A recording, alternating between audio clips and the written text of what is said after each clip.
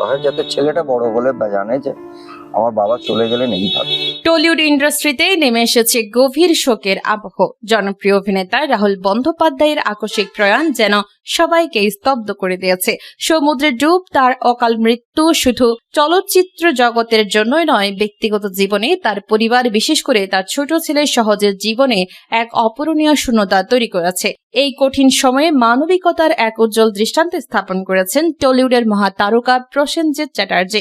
সম্প্রতি তিনি দেখা করেছেন রাহুলের পরিবার, বিশেষ করে তার স্ত্রী প্রিয়াঙ্কা সরকার এবং ছোট ছেলে সহজের সঙ্গে।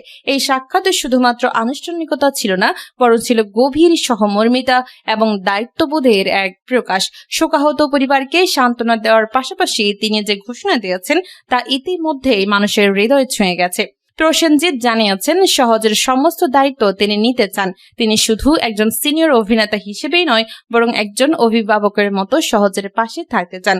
যে কোনো প্রয়োজনে, যে কোনো সংকটে তিনি সবসময় সহজের পাশে থাকবেন, এমন প্রতিশ্রুতি দিয়েছেন তিনি। তার এই কথাই স্পষ্ট, তিনি বিষয়টিকে শুধুমাত্র সহানুভূতির জায়গা থেকে নয়, বরং বাস্তব দায়িত্ব হিসেবে গ্রহণ করতে প্রস্তুত। রাহুল বন্দ্যোপাধ্যায়ের মৃত্যুতে সবচেয়ে বেশি আঘাত পেয়েছে তার 10 বছরের ছেলে সহজ। বাবার সঙ্গে তার সম্পর্ক ছিল অত্যন্ত গভীর। শুধু বাবা নয়, তিনি ছিলেন সহজের সবচেয়ে কাছের বন্ধু। হঠাৎ করে সেই প্রিয় মানুষটিকে হারিয়ে সহজ মানসিকভাবে ভেঙে পড়েছে। পরিবার সূত্রে জানা গেছে, সে এখনো পরিস্থিতি পুরোপুরি বুঝে উঠতে পারছে না। সারাক্ষণ কান্নায় ভেঙে পড়ছে, আর তার এই অসহায় অবস্থা দেখে আশেপাশের মানুষও চোখের জল সামলাতে পারছে না। এই বয়সে একটি শিশুর জীবনে বাবার উপস্থিতি কতটা গুরুত্বপূর্ণ তার নতুন করে বলার প্রয়োজন নেই। খেলার সঙ্গী, পথ প্রদর্শক এবং নিরাপত্তার আশ্রয় সবকিছুর একসঙ্গে হারিয়েছে সহজ। তার এই গভীর মানসিক সংকট থেকে বেরিয়ে আসা সহজ নয়, এবং এই সময় সবচেয়ে বেশি প্রয়োজন ভালোবাসা, যত্ন এবং মানসিক সহায়তা। এই পরিস্থিতিতেই এগিয়ে এসেছেন প্রসেনজিৎ চ্যাটার্জি। তার এই উদ্যোগ শুধু একটি শিশুর পাশে দাঁড়ানো নয়, বরং পুরো সমাজের কাছে একটি দৃষ্টান্ত। চলচ্চিত্র জগতের অনেকেই তার এই মানবিক পদক্ষেপকে সাধুবাদ জানিয়েছেন। সাধারণ মানুষও সামাজিক মাধ্যমে তার প্রশংসায় মুখর হয়েছেন। প্রিয়াঙ্কা সরকারের জন্য এটি অত্যন্ত কঠিন সময়। স্বামীকে হারানোর শোকের পাশাপাশি তাকে এখন একাই সন্তানের ভবিষ্যৎ গড়ার দায়িত্ব নিতে হচ্ছে। এমন সময় প্রসেনজিতের এই সমর্থন নিঃসন্দেহে তার জন্য বড় শক্তি হয়ে উঠতে পারে। রাহুল বন্দ্যোপাধ্যায়ের এই অকাল প্রয়াণ টলিউডের জন্য এক অপূরণীয় ক্ষতি। তার অভিনয়, তার ব্যক্তিত্ব সবকিছুই দর্শকদের মনে গভীর ছাপ রেখে গেছে। সহকর্মীরা এখনো এই শোক কাটিয়ে উঠতে পারেননি। তার অসমাপ্ত কাজ, ভবিষ্যতের সম্ভাবনা সবকিছুই হঠাৎ করে থেমে গেল। তবে এই শোকের মাঝেও একটি আলোর দিশা দেখাচ্ছে প্রসেনজিতের এই উদ্যোগ।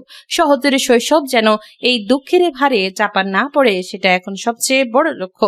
একটি শিশুর মানসিক পুনর্গঠনের জন্য প্রয়োজন সময়, ভালোবাসা এবং সঠিক দিক নির্দেশনা, যা দেওয়ার প্রতিশ্রুতি দিয়েছেন তিনি। এই ঘটনা আমাদের আবার মনে করিয়ে দেয়, মানবিকতা এখনো বেঁচে আছে। দুঃসময় একজন মানুষের পাশে দাঁড়ানোই প্রকৃত মহানুভবতা। প্রসেনজিৎ চ্যাটার্জির এই পদক্ষেপ শুধু একটি পরিবারের জন্য নয়, বরং পুরো সমাজের জন্য একটি অনুপ্রেরণা হয়ে থাকবে। সহজের জীবনে এই অন্ধকার সময় একদিন কেটে যাবে, এমন আশাই করছেন সবাই। আর সেই পথ চলায় যদি পাশে থাকে ভালোবাসা, সহমর্মিতা এবং একজন অভিভাবকের মতো শক্ত সমর্থন, তাহলে হয়তো সে আবার নতুন করে জীবনকে ফিরে পাবে। মির্জা আব্বাসকে কেবিনে স্থানান্তর। সিঙ্গাপুর জেনারেল হাসপাতালে চিকিৎসাধীন প্রধানমন্ত্রীর রাজনৈতিক উপদেষ্টা মির্জা আব্বাসকে কেবিনে স্থানান্তর করা হয়েছে। নিউরোসার্জিক্যাল আইসিইউতে 19 দিন নিবিড় পর্যবেক্ষণে রাখার পর শুক্রবার সকালে তাকে কেবিনে নেওয়া হয়।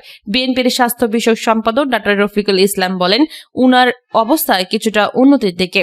সকালে ভাবির সাথে কথা হয়েছে, ধীরে ধীরে ওনার অবস্থার উন্নতি হচ্ছে। আজকে সকালে ওনাকে আইসিইউ থেকে কেবিনে স্থানান্তরিত করা হয়েছে।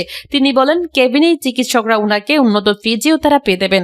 যেহেতু ব্রেইনের জটিল অস্ত্রোপচার হয়েছে, সেজন্য চিকিৎসকদের নিবিড় পর্যবেক্ষণে ওনার চিকিৎসা চলছে, চালিয়ে যেতে হবে। মির্জা আব্বাসের সুস্থতার জন্য তার পরিবার দেশবাসীর কাছে দোয়া চেয়েছেন বলে জানান ডা. রফিক। ঢাকা থেকে এয়ার অ্যাম্বুলেন্স করে গত 15 মার্চ বিএনপি নেতা মির্জা আব্বাস সিঙ্গাপুর জেনারেল হাসপাতালে নেওয়া হয়। এভারকেয়ার হাসপাতালের বিশেষজ্ঞ চিকিৎসকদের দিয়ে গঠিত মেডিকেল বোর্ডের সিদ্ধান্তে গত 13 মার্চ সেখানে মির্জা আব্বাসের মস্তিষ্কে অস্ত্রোপচার করা হয়। প্রায় 4 ঘন্টার অস্ত্রোপচার শেষে আইসিইউতে ছিলেন 2 দিন। এরপর তাকে সিঙ্গাপুর নেওয়া হয়। এর আগে 11 মার্চ ইফতারের সময় অসুস্থ হলে তাকে এভারকেয়ার হাসপাতালে নেওয়া হয়।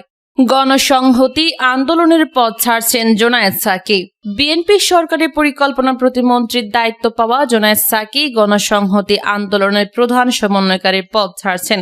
তার পরিবর্তে নতুন করে কে দলের হাল ধরবেন সেটি এখনও ঠিক হয়নি।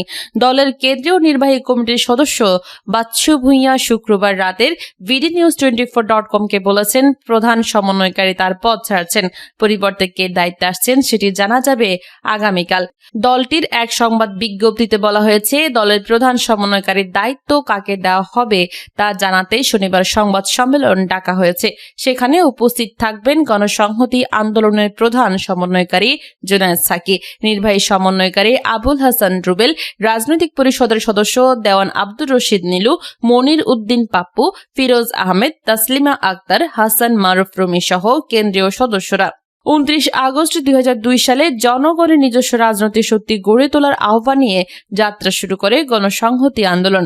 দীর্ঘ আইনি ও সাংগঠনিক প্রক্রিয়া শেষে 2024 সালের 17 সেপ্টেম্বর নির্বাচন কমিশনের নিবন্ধন পায় দলটি। প্রতিষ্ঠার পর সংগঠনটি দীর্ঘ সময় সামাজিক ও রাজনৈতিক আন্দোলনে সক্রিয় থাকার পর 2016 সালের নভেম্বরে তৃতীয় জাতীয় প্রতিনিধি সম্মেলনের মাধ্যমে আনুষ্ঠানিকভাবে রাজনৈতিক দল হিসেবে আত্মপ্রকাশ করে। ওই সম্মেলনে জোনায়েদ সাকিকে প্রধান সমন্বয়কারী ও আব্দুস সালামকে নির্বাহী সমন্বয়কারী হিসেবে দায়িত্ব দেওয়া হয়। চলতি বছরের 12 ফেব্রুয়ারি ত্রয়োদশ জাতীয় সংসদ নির্বাচনে বিএনপি জোটের শরিক হিসেবে দলের প্রতীক মাথাল নিয়ে ব্রাহ্মণবাড়িয়া 6 আসন থেকে সংসদ সদস্য নির্বাচিত হন জোনায়েদ সাকি। বিএনপি চেয়ারম্যান তারেক রহমানের নেতৃত্বে নতুন সরকারে গণসংহতির আন্দোলনের এই নেতাকে অর্থ ও পরিকল্পনা প্রতিমন্ত্রীর দায়িত্ব দেওয়া হয়। পরে অর্থ মন্ত্রণালয় থেকে সরিয়ে শুধু পরিকল্পনা প্রতিমন্ত্রীর দায়িত্ব দেওয়া হয়। কলাপাড়ায় স্ত্রীর পরকীয়ায় অতিষ্ঠ স্বামী আধা মণ দুধ দিয়ে গোসল করে স্ত্রীকে ঘরে না তোলার প্রতিজ্ঞা। মা মারা গেছেন প্রায় 8 বছর বয়সে, তাই খালার কাছ থেকে মায়ের মমতা পেতে বিয়ে করেন খালাতো বোনকে। তবে বিয়ের পর থেকে খালাতো বোন জড়িয়ে পড়েন পরকীয়ায়। খালা ও খালুর কাছে বিষয়টি জানালে মমতার পরিবর্তে আসতে থাকে তিরস্কার। বারবার পরকীয়ার প্রমাণ পাওয়ার পরও প্রতিকার না পেয়ে স্ত্রীকে আর ঘরে তুলবে না মর্মে প্রতিজ্ঞা করে দুধ দিয়ে গোসল করেছেন জাহাঙ্গীর হোসেন নামের এক যুবক। পটুয়াখালীর কলাপাড়া উপজেলার চাকাবাইয়া ইউনিয়নের আনিপাড়া গুচ্ছ গ্রামের দুলাল হাওলাদারের ছেলে জাহাঙ্গীর হাওলাদার প্রায় 4 বছর আগে পার্শ্ববর্তী নীলগঞ্জ ইউনিয়নের টুঙ্গিপাড়া গ্রামে খালাতো বোনের সঙ্গে তার বিয়ে হয়। বিয়ের 1 বছর পরে তাদের কোলজুড়ে আসে এক কন্যা সন্তান। তবে বিয়ের পর থেকেই তার স্ত্রী একের পর এক পরকীয়ায় জড়িয়ে পড়েন বলে অভিযোগ জাহাঙ্গীরের। সর্বশেষ গত 27 মার্চ গভীর রাতে জাহাঙ্গীরের সঙ্গে সৌদি প্রবাসী এক ছেলেকে ভিডিও কলে রেখে গ্রুপ কলে কথা বলেন তারা 3 জন। এ সময় সে তার পরকীয়া প্রেমিকের কথা মতো ওই ভিডিও কলে জাহাঙ্গীরকে মুখে তালাক দেন এবং জাহাঙ্গীরও তাকে তালাক বলে ঘোষণা দেন। স্ত্রীর ভালোবাসা না পেয়ে এবং খালার মমতা থেকে বঞ্চিত হয়ে মানসিকভাবে ভেঙে পড়েন জাহাঙ্গীর। তাই দ্বিতীয়বার আর স্ত্রীকে ঘরে তুলবে না মর্মে শপথ করে বৃহস্পতিবার দুপুরে এলাকাবাসীকে সাক্ষী রেখে তিনি আধা মণ দুধ দিয়ে গোসল করেন। এ বিষয়ে মহিলার পিতা ইউসুফ আকন বলেন, জাহাঙ্গীর নেশা করার পাশাপাশি তার মেয়েকে মারধর করে এবং সকল দোষ তার। তবে পরকীয়ার বিষয়টি তিনি জানেন না। কলাপাড়া থানার ওসি রবিউল ইসলাম বলেন, এ বিষয়ে আমার জানা নেই, তবে লিখিত অভিযোগ পেলে তদন্ত সাপেক্ষে ব্যবস্থা গ্রহণ করা হবে।